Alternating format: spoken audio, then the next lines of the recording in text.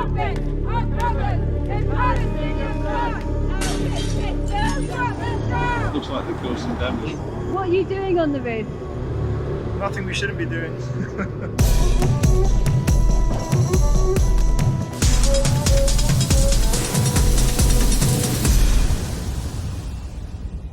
Palestine Action was founded in order to take direct action to end UK complicity with Israeli apartheid, specifically focused on Elbit Systems, Israel's largest arms company, who test their weapons on Palestinians, export them to oppressive regimes across the world, and build their weapons here in our towns and cities. Our mission is to protect and save lives, which is pretty cool.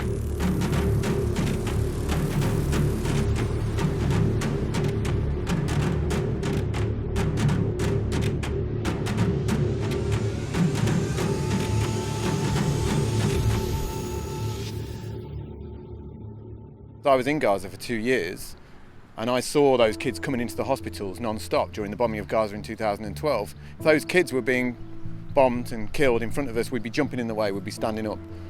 And this is what this is all about. The complicity is here, the connect is here. Elbit are making money developing weapons on an entire population. It's about people stepping up with that level of urgency that you know those kids are coming into the hospital one by one, being rolled around the intensive care unit with dust coming off them and ruining their families as a matter of course, and the world turns away. So we're saying we're not turning away. And this is why we are saying it's time to seriously take appropriate action to hold them to account.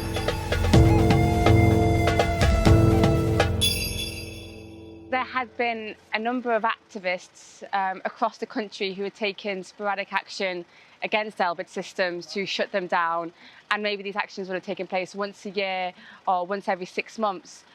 We didn't feel like that was enough, and we believe that sustained direct action was necessary in order to cause true disruption to the company, in order to save lives and eventually lead to the closure of Elbit Systems. The Palestinian struggle for liberation is not only a Palestinian struggle, it's the common struggle that should unite all oppressed people against the same structures of empire, of racism, of white supremacy, of misogyny and patriarchy, and the structures that perpetuate these oppressions are the same.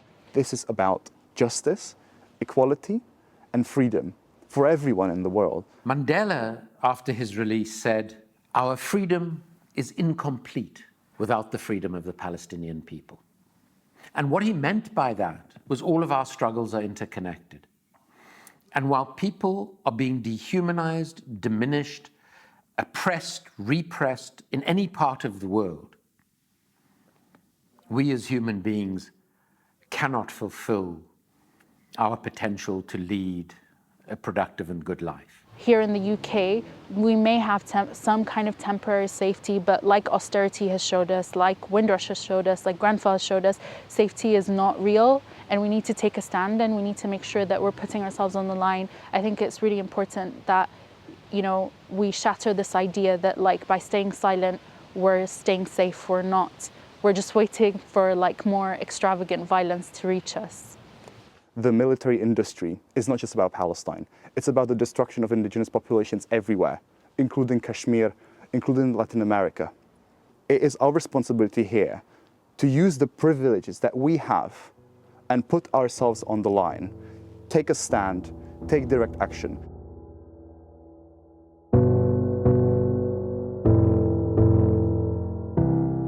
I'm 69 years old. I'm an old age pensioner. I don't want to be up on this bloody cold roof. I don't enjoy climbing dodgy, rickety ladders up 2 stories and sleeping out in the freezing cold up here. And I don't, believe it or not, I don't enjoy smashing things up. It's not how I operate. I've worked all my life.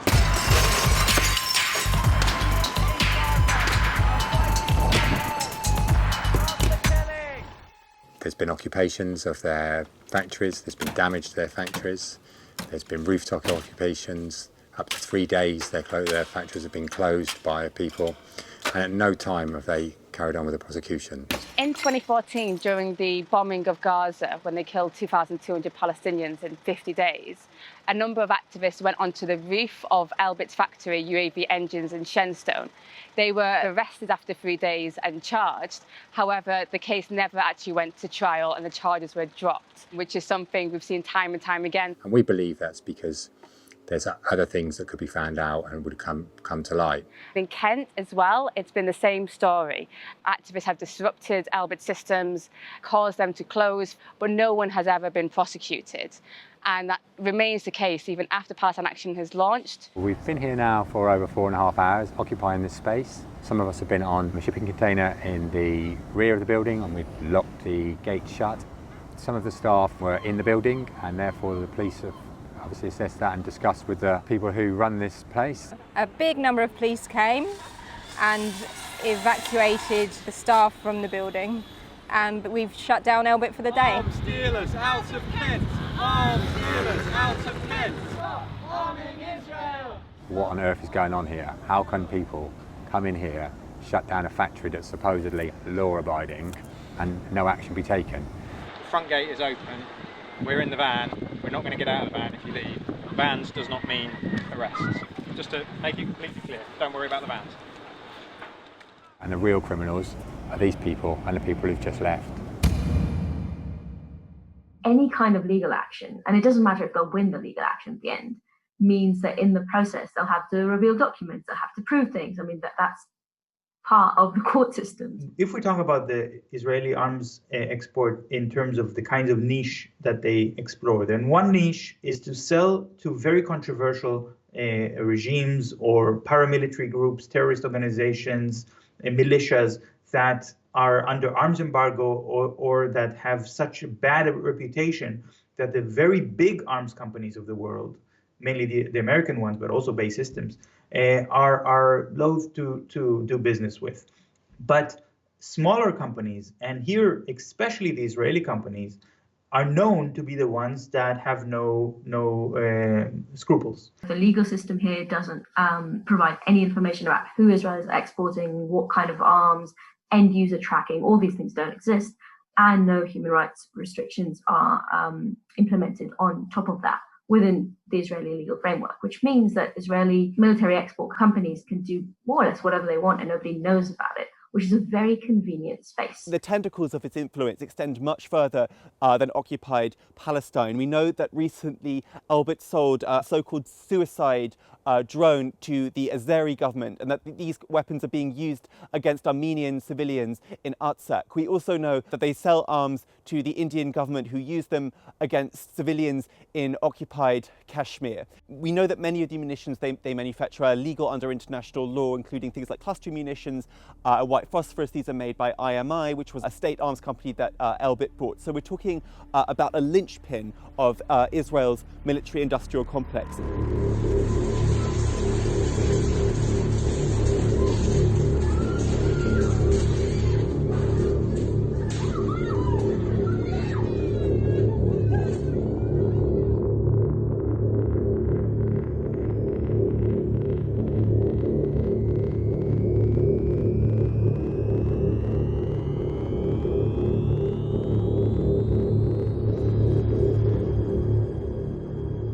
Elbit Systems, probably the most evil of the arms trade companies that even HSBC Bank won't even invest in. We know that the rubber bullets that have been used in Al-Quds over the last few days that have led to people losing their eyes are made by IMI, which is a subsidiary of Elbit Systems. We also know that Elbit Systems have been involved in the building of the illegal wall. We know that they made the drones that killed the 4 Palestinian boys on the beach in 2014. The MOD at the beginning of this year gave £100 million to Elbit for their detect and destroy technology. Do we allow our government to use our money to further implicate us in apartheid? We do not have conscription in this country anymore, but what we do have is financial conscription. And so these are some of the ways in which our money is being used. Our first trial was supposed to be in May, which also happened to coincide with the bombing of Gaza, the recent assaults we've seen. It's now been delayed for over a year, and there still hasn't been a single trial of any activists who've taken part in Palestine Action. We're actually seeing recently cases of activists not even being charged after going inside Elbit's buildings, after the police actually showing 150 pictures in one case of evidence of activists going inside and destroying the machinery that Elbit uses to build their weapons, and no charges have been brought, and they don't even have bail conditions right now. So it seems there's a huge reluctance from the Crown Prosecution Service or Elbit Systems, or a combination of both, to actually bring these cases to trial. We know that they support genocidal regimes such as Israel and Myanmar. Who else are they supporting? The information can only be volunteered by Elbit or sought through a court injunction. If you look at Elbit website, you'll see, that they closed a deal of $150 million in a Southeast Asian country, right? That's how they would publish it. They wouldn't even say what country, or often it'll be with some European country, right? Like the level of privacy that they provide to customers in many ways is part of their selling point, and they don't want that critiqued. And if they have to go and say, okay, so all these things that are manufactured, both in the manufacturing facilities in the UK, but possibly also beyond that, because sometimes it's hard to trace which part of Elbit goes where. If that all has to go public because there's a court case going on, that is economical damage that might be worse than the economic damage that the activists are actually creating.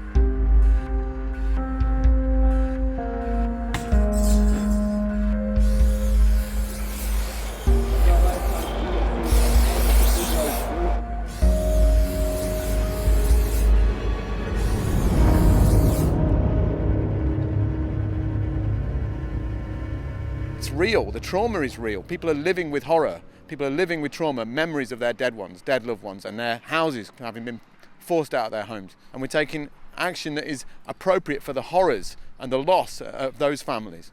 And that's what this is all about. They have sent 30 different countries arms since 2015, and they have 4 open licenses, which means they can send arms without checks 2 ways. Israel has not ratified the Arms Trade Treaty. So really all the kind of internationally recognized criteria that should be on arms export, which include not exporting to countries that commit gross human rights violations and things of the sort, they don't apply in Israel. We just don't have that at all. What we do have in domestic law, there is an export law. So you do have to get permits to export arms. But there are no human rights regulations in that export law at all. I was in Palestine for 3 months as a humanitarian witness, and I was taken to the site of the atrocity in a Palestinian village called Dumar, and the Palestinian family, the mother, the father, the 4-year-old boy and the baby were in their house at night, and 12 Israeli Jewish extremist settlers came down and hurled an incendiary device through the bedroom window.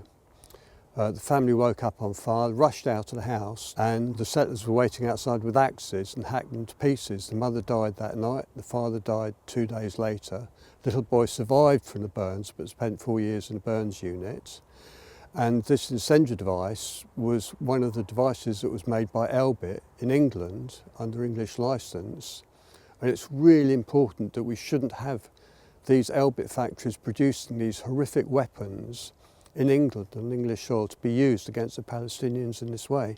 Many, like Amnesty International and War on Want, have called for the ending of arms sales to Israel by the British government. We need an arms embargo on Israel, just like the UK government took away the licenses to send to the apartheid regime in South Africa in the 1980s and 90s. The system of occupation and the fragmentation of the occupied territories reminds me so much of what was called the Bantustan policy under apartheid. Tiny little fragmented pieces of land comprising 13% of South Africa, for 83% of the population, except that the occupation of the Israeli Bantustans is so much more brutal and violent. Palestinians have separate roads on which they have to travel. They have different number plates. They are forced in the most humiliating, dehumanizing way through checkpoints to get into or out of their homes effectively. The Bantustans in South Africa never had that level of control, of violence, or of abuse. What we see in the West Bank and on the borders of the boundaries of the Gaza Strip is military dictatorship, you know. And it's an apartheid military dictatorship as well, because it's only enforced on the indigenous Palestinian Arabs and not on Jewish citizens of Israel. The UN and the European Security Council on a number of occasions have said settlements are illegal. Israel is an apartheid state. Apartheid is a crime that is on par with genocide, and it is our duty to put an end to this crime, and it's everybody's duty, and all the more as an Israeli citizen I bear the direct responsibility for crimes committed in the name of Israelis.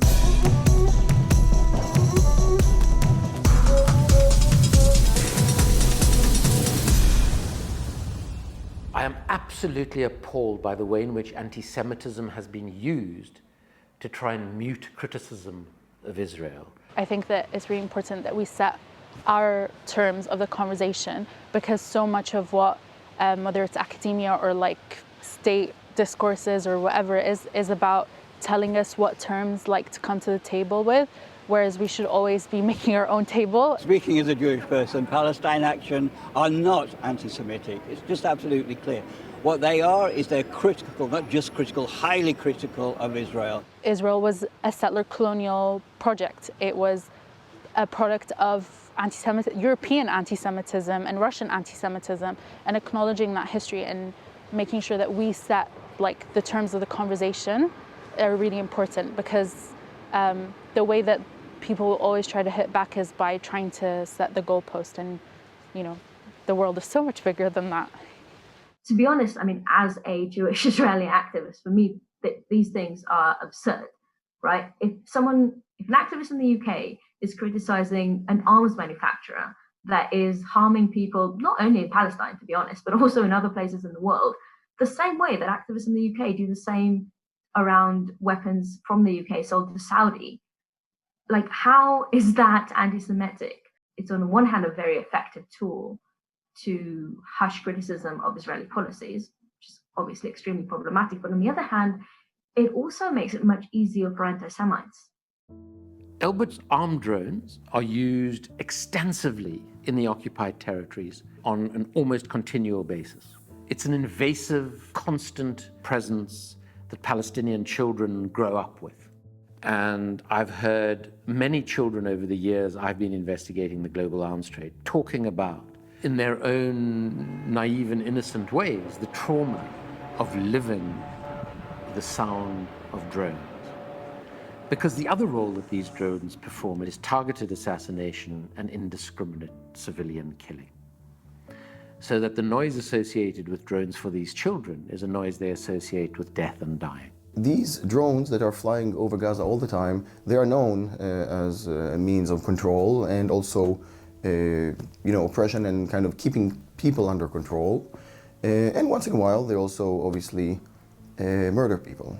And we know the statistics is very clear about the collateral damage involved with drones. So actually the majority of the murders or deaths caused by drones are actually collateral, what's called quote-unquote collateral damage. Targeting Elbit specifically because they're assembling drones to be used on Palestinian children and piloted by people who won't even look those human beings in the eye. Elbit's drones are being used, we know they're being used in the occupied territories, but increasingly they're being used elsewhere.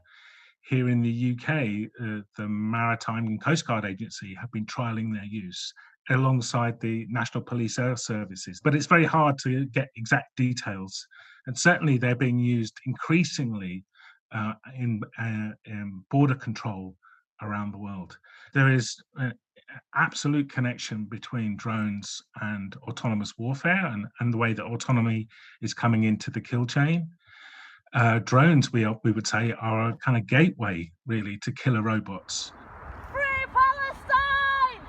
I was on top of a building in Leicester to shine a light on the fact that there was drone built for the Israeli army to use against Palestinians. Yeah. We had the opportunity to look inside the building, and that's when, as a photographer, I took pictures of a body of a drone, and there were some other parts separately on a different table of the manufacturing. The police moved the equipment with the help of the security. 5 of them was guarding it in order to make sure that nothing happens to it. 3-4 weeks after the launch of Palestine Action, there was a high-level meeting between the Israeli Minister of Strategic Affairs and Dominic Raab and Benny Gantz, where essentially they discussed Palestine Action and asked for the UK government to essentially crush us, to sum it up. There's been a response of harassment and intimidation, essentially. We've had numerous raids, in fact, and we have myself and Richard Barnard had also been stopped at the border under Schedule 7 and interrogated for hours about Palestine Action. A number of people have had their devices stolen and taken by the police. I myself and Richard also had our passports taken unlawfully by the police. As soon as we turned up with our barristers, they said, yes, you can have your passports back, which is basically because they know there's no legal basis for having them in the first place. We'll obviously now proceed to sue the police for taking our passports and driving licences. Charges of blackmail are being brought to Richard Barnard, which is a ridiculous charge for a protest-type case. The court have taken all curfew off of me, and I think they, along with my legal team, recognise this is a trumped-up charge. My barristers, in discussion with them, are like, this is not blackmail, and they're just trying it. The police are trying to trump up the charges to crack down on Palestine Action. We hope that we will have a trial sooner or later. There are some scheduled to come up, but it seems that whenever something is supposed to happen, the court cases, even plea hearings, have been delayed 3 or 4 times in some instances. I shouldn't have even been here today. I should have been on trial in Stafford for closing down one of their factories, for being on one of the roof and dismantling the wall machine there. But we're not, because that case got bumped, apparently because of other cases more important. But how convenient is it that the case gets dropped or pushed back just when there's bombing going on in Gaza, just when the brutal regime is cracking down on them? That's too much of a coincidence. We had grown exponentially over that period to the point where we were having 3 people join us a minute at one point. And the support base has also grown. We've seen thousands of people over the course of 6 days come out to support 4 activists who went on the roof of Elbit's factory in Leicester. They actually tried to and they did for 7 hours, block the police from being able to actually arrest and take away the activists. And they were putting up fences, basically, to stop them. It was unbelievably powerful. I think the chanting, the resistance that they shown at the gate of the factory, it was just magical. We've seen it time and time again now in Oldham, in Birmingham, etc., where people are coming out and people support the movement and are invested in the success and want to shut Elbit down. Let me commend those people who've been engaged in the direct action against Elbit Systems in the United Kingdom. These are people who are prepared to sacrifice their own liberty to try and physically stop the manufacture and export of weaponry that they know for a fact is going to be used by Israel in murdering innocent civilians in the occupied territories. If they do have to end up, leaving the UK, or even just dealing right now with all the trouble that they are dealing with, it sends a message to other manufacturers, it sends a message to people in the investment community about how much of a reliable investment this is, which again has a ripple effect on the entire military industry, not just that. So I think it's one of those campaigns that is important and working, even if it doesn't actually manage to move what you're looking at specifically. The more public action there is, the less space there is for companies like Elbit to pretend to be normal and acceptable and legitimate. And the more people stand up and say this is completely unacceptable, the increasing likelihood is that the companies will withdraw and their legitimacy will be undermined. It faces some really big challenges, but I think in the end, if they remain disciplined and persistent, yeah, I certainly think they could succeed. We know from history, we all know that this kind of action has a significant effect, and we look forward to the day when Elbit does withdraw from the UK. Hopefully in the future we will have trials where we can hopefully see justice come about and be acquitted on the basis that our actions are justified because we are taking action to stop war crimes from being committed. Palestine Action are inheritors of the tradition of the suffragettes, of the Chartists, a proud tradition in this country of civil disobedience.